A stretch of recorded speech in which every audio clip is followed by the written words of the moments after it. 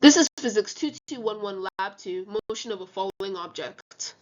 The purpose of this lab is to observe and analyze the motion of a falling object dropped from rest at a height. I will conduct an experiment by dropping a ball, and I will compare the data collected from this with two separate computational models. One that models that falling of the ball accounting only for gravity, and another that models the falling of the ball accounting for both gravity and drag force. To track the movement of the ball, I will be using Tracker. To create a computational model of the experiment, I will be using GlowScript. For this investigation, we'll be making use of Newton's second law, and we'll be exploring the effects that drag force and gravity have on objects dropped from rest.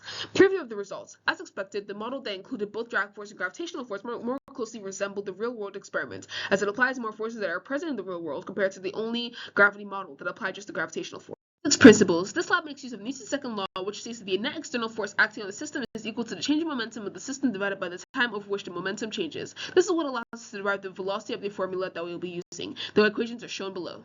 Net force is also the mass and acceleration of the system, and is a result of other forces acting on the system, which in this investigation will be gravity and drag. These forces can be added together to find the net force acting on the system, which in this case is acting downwards as the ball is accelerating and falling downwards. Fn is equals to Fg plus Fd as can be seen, and I'm using these principles as they can accurately predict the downwards motion of the ball and allow me to analyze said motion. Fg is the gravitational force towards the Earth that acts on falling objects, such as the falling ball we'll be investigating today. The equation for gravitational force is as shown. Fd is the drag force that opposes the relative motion between an object and a fluid. A fluid is anything that flows, such as a liquid or gas. In this investigation, our fluid will be the air, which is made up of mainly gases. The equation for drag force is as shown. Onto the experiment. To proceed with the investigation, I will be dropping a round ball from a reasonable height in an environment with little air conditioning and wind. My system is the ball and the surroundings is the air. I am using the ball as a system as external forces are acting on the ball and causing it to fall. I took a video of its motion and tracked it using Tracker. So here's a video of the data I collected. Some of the initial conditions in the experiment was that the position was 1.262 meters in the y component, velocity was initially 0, and time was initially 0. The total time for the experiment was 0.567633 seconds. The graph formed in the tracker displays the change in position of the ball over time as it falls to the ground in negative y direction. The slope of the graph is also not linear. So now to the model, modeling the gravitational force. First, we will be predicting the motion of the ball with just the gravitational force acting on it. I made some changes to the GlowScript model to fit into the parameters of my investigation. I changed the mass of the ball to 0.08 kg, the starting position to be 1.262 meters, and the initial velocity, initial time to be 0 at rest. I set b to 0 as we're not investigating drag right now, and I set the time to be less than 0.567633 seconds. For position and velocity, I used the position and velocity update formulas.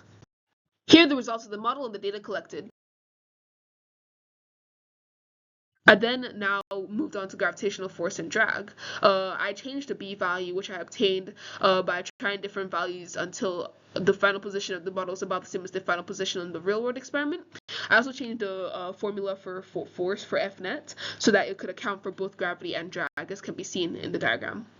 Here are the results of the model and the data collected. Here's a graph displaying the results of the experiment, model with gravity, and model with gravity and drag. The computational model that includes drag more closely models the motion of the ball falling in the real world. However, the middle of the graph of the model does not exactly line up with the graph of the experiment. This could be because of human error, with me not placing the tracking dots at the center of the ball at each frame, or there not being enough frames for an accurate prediction. It could also be because while we were acknowledging the effects of air resistance, we didn't account for other forces and factors. While the air conditioning and wind was minimal, it wasn't completely non-existent. The graph modeling just gravity is a little far off from the experiment and demonstrates that the ball would have traveled further without drag. This is likely because less forces are opposing the motion of the ball, so it would have been able to travel a further distance if not for the floor. What does it mean? Which models, if any, predict terminal velocity? So here you can see velocity against time without drag and with drag. Terminal velocity is the steady speed achieved by an object freely falling. In the model without drag, it shows a constant line, meaning that the velocity is changing at a constant rate and doesn't show any signs of plateauing, becoming constant. In the model with drag, the line does show signs of plateauing as it is curving in that way, meaning that eventually the ball will have reached terminal constant velocity. In any case, the velocity for the model without drag can never reach terminal velocity, as terminal velocity requires the existence of drag. For terminal velocity to occur, the net force needs to be equal to 0, which happens when the force of drag is equal to the acceleration due to gravity. However, since this is in the only gravity model, there is only a constant acceleration due to gravity, Fnet cannot be 0. What if the object was initially thrown downwards? To see what would happen if the object was thrown downwards, I changed the initial velocity to -1 in the y component, as can be seen in the graph obtained through GlowScript on the right. The ball would still eventually reach terminal velocity. It can be inferred from the graph that this terminal velocity would be slightly larger as it reached a higher speed within the same time period. So, sources of error. As explained before, a source of error could have been the position where I put the tracker points. It may not have been at the center of mass, which may have skewed the results. Another source of error is the environment. Because it was a slightly air-conditioned area, the results could have been skewed as other external forces could have been acting on the ball as it was falling, apart from just gravity and drag, that I didn't account for in the closed grip model. In conclusion, to make accurate predictions of motion in the real world, we must make sure that we account for all or most of the forces acting on the object. This increases the accuracy of the models as they become closer and closer to real life. Thank you.